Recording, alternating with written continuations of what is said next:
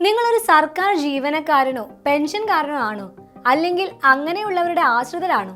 എങ്കിൽ ശ്രദ്ധിക്കുക, നമ്മുടെ എല്ലാം ആരോഗ്യ സുരക്ഷാ പദ്ധതിയായ മെഡിസെപ്പ് രണ്ടാം ഘട്ടത്തിലേക്ക് കടന്നിരിക്കുകയാണ്. കൂടുതൽ ആനുകൂല്യങ്ങളും പുതിയ മാറ്റങ്ങളുമായാണ് ഇത്തവണ മെഡിസെപ്പിന്റെ വരവ്. എന്തൊക്കെയാണ് ആ മാറ്റങ്ങൾ? അതുകൊണ്ട് സാധാരണക്കാരായ നമുക്ക് എന്തെല്ലാം പ്രയോജനങ്ങൾ ലഭിക്കും? നമുക്ക് ലളിതമായി നോക്കാം. ഏറ്റവും പ്രധാനവും സന്തോഷകരവുമായ വാർത്ത നമ്മുടെ അടിസ്ഥാന ഇൻഷുറൻസ് പരിരക്ഷ ഉയർത്തി എന്നതാണ്.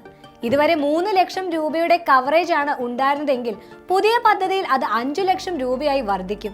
അതായത് അപ്രതീക്ഷിതമായി വലിയ ചികിത്സാ ചിലവുകൾ വന്നാലും ഇനി വലിയ ടെൻഷൻ വേണ്ട. ഇനി ചികിത്സയുടെ കാര്യമെടുക്കാം. രണ്ടാം ഘട്ടത്തിൽ ഒരുപാട് പുതിയ ചികിത്സകൾ കൂടി പദ്ധതിയുടെ ഭാഗമാവുകയാണ്. കാൽമുട്ട്, ഇടുപ്പെല്ല് മാറ്റിവെക്കൽ ശസ്ത്രക്രിയകൾ ഇനി അടിസ്ഥാന പാക്കേജിന്റെ ഭാഗമാകും. അതുപോലെ 10 തരം ഗുരുതര രോഗങ്ങൾക്കും അവയവമാറ്റ ശസ്ത്രക്രിയകൾക്കുമായി പ്രത്യേക പാക്കേജുകൾ ഉണ്ടാകും.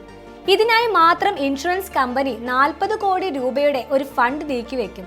അടിയന്തര സാഹചര്യങ്ങളിൽ പദ്ധതിയുടെ ഭാഗമല്ലാത്ത ആശുപത്രികളിൽ ചികിത്സ തേടിയാൽ പണം തിരികെ ലഭിക്കുന്നതിനുള്ള ചികിത്സകളുടെ എണ്ണം 3-ൽ നിന്ന് 13 ഉയർത്തിയിട്ടുണ്ട്. ഹൃദയാഘാതം, പക്ഷാഘാതം, അപകടങ്ങൾ എന്നിവയ്ക്ക് പുറമെ 10 ചികിത്സകൾക്ക് കൂടി ഈ സൗകര്യം ലഭിക്കും. ആശുപത്രിയിൽ അഡ്മിറ്റ് ആകുമ്പോൾ മുറി വാടകയെ കുറിച്ചോർത്ത് ടെൻഷനുണ്ടോ? പുതിയ മെഡിസെപ്പിൽ അതിനും പരിഹാരമുണ്ട്. ദിവസേന 5000 രൂപ വരെ മുറി വാടകയ്ക്കായി ലഭിക്കും. സർക്കാർ ആശുപത്രികളിലെ പേ വാർഡുകളിലാണെങ്കിൽ 2000 രൂപ വരെയും കിട്ടും. മാത്രമല്ല, ആശുപത്രിയിൽ പ്രവേശിക്കുന്നതിന് 3 ദിവസം മുൻപുള്ള ചിലവുകളും ഡിസ്ചാർജ് ആയ ശേഷം 5 ദിവസം വരെയുള്ള ചെലവുകളും ഇനി കവർ ചെയ്യും. മെഡിസെപ്പിന്റെ ഗുണഫലം ഇനി കൂടുതൽ പേരിലേക്ക് എത്തുകയാണ്. ESI പരിരക്ഷയില്ലാത്ത പൊതുമേഖലാ സ്ഥാപനങ്ങൾ, ബോർഡുകൾ, കോർപ്പറേഷനുകൾ, സ്വയംഭരണ സഹകരണ സ്ഥാപനങ്ങൾ എന്നിവിടങ്ങളിലെ ജീവനക്കാരെയും പെൻഷൻകാരെയും രണ്ടാം ഘട്ടത്തിൽ പദ്ധതിയിൽ ഉൾപ്പെടുത്താൻ സർക്കാർ തീരുമാനിച്ചിട്ടുണ്ട്. നടപടിക്രമങ്ങൾ ലളിതമാക്കാനും ഒരുപാട് പുതിയ മാറ്റങ്ങൾ വന്നിട്ടുണ്ട്. ഡയാലിസിസ്, കീമോതെറാപ്പി പോലെ തുടർച്ചയായി ചെയ്യേണ്ട ചികിത്സകൾക്ക് ഓരോ തവണയും രജിസ്റ്റർ ചെയ്യേണ്ട ബുദ്ധിമുട്ടില്ല. ഒറ്റത്തവണ രജിസ്ട്രേഷൻ മതിയാകും. നമ്മുടെ വിവരങ്ങൾ വേഗത്തിൽ ആശുപത്രി അധികൃതർക്ക് ലഭ്യമാക്കാൻ പുതിയ ID കാർഡുകളിൽ ഇനി QR കോഡ് ഉണ്ടാകും. പരാതികൾ ഉണ്ടെങ്കിൽ അത് വേഗത്തിൽ പരിഹരിക്കാൻ ജില്ലാതലം മുതൽ സംസ്ഥാന തലം വരെ ത്രിതല പരാതി പരിഹാര സംവിധാനവും വരും. ആശുപത്രികൾ അമിതമായി പണം ഈടാക്കുന്നത് പോലുള്ള ചൂഷണങ്ങൾ തടയാൻ കർശനമായ നടപടികളും പുതിയ പദ്ധതിയുടെ ഭാഗമാണ്.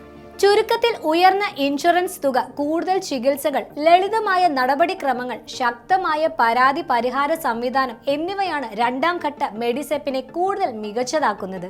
അതേസമയം പോളിസി കാലാവധി 3-ൽ നിന്ന് 2 വർഷമായി കുറച്ചിട്ടുണ്ട് എന്നതും ശ്രദ്ധിക്കുക. ഈ മാറ്റങ്ങൾ തീർച്ചയായും നമുക്ക് എല്ലാവർക്കും വലിയൊരു ആശ്വാസമാണ്. ആരോഗ്യപരമായ എന്ത് അടിയന്തര സാഹചര്യങ്ങളെയും ധൈര്യത്തോടെ നേരിടാൻ മെഡിസെപ്പ് നമുക്ക് കൂടുതൽ കരുത്ത് നൽകും. ഈ വീഡിയോ പൊതുവായ വിവരങ്ങൾ നൽകുക എന്ന ഉദ്ദേശത്തോടെ മാത്രം തയ്യാറാക്കിയതാണ്. ഇതിൽ പരാമർശിച്ചിരിക്കുന്ന വിവരങ്ങൾ മന്ത്രിസഭാ തീരുമാനങ്ങളെയും വാർത്താക്കുറിപ്പുകളെയും അടിസ്ഥാനമാക്കിയുള്ളതാണ്. മെഡിസെപ്പ് പദ്ധതിയുടെ ഔദ്യോഗിക നിബന്ധനകളിലും ആനുകൂല്യങ്ങളിലും പ്രീമിയം തുകയിലും സർക്കാർ വിജ്ഞാപനം അനുസരിച്ച് മാറ്റങ്ങൾ വരാൻ സാധ്യതയുണ്ട്. അതിനാൽ ഏറ്റവും കൃത്യവും ഔദ്യോഗികവുമായ വിവരങ്ങൾക്കായി ഗുണഭോക്താക്കൾ മെഡിസെപ്പിന്റെ ഔദ്യോഗിക വെബ്സൈറ്റ് അല്ലെങ്കിൽ സർക്കാർ പുറത്തിറക്കുന്ന അറിയിപ്പുകൾ പരിശോധിക്കേണ്ടതാണ്. ഈ വീഡിയോയിലെ വിവരങ്ങളെ മാത്രം ആശ്രയിച്ച് തീരുമാനങ്ങൾ എടുക്കരുത്. ഈ വീഡിയോ നിങ്ങൾക്ക് ഉപകാരപ്രദമായെന്ന് വിശ്വസിക്കുന്നു. ഇതുപോലെയുള്ള വീഡിയോകൾക്കായി ഈ ചാനൽ ലൈക്ക് ചെയ്യാനും സബ്സ്ക്രൈബ് ചെയ്യാനും മറക്കല്ലേ. നന്ദി.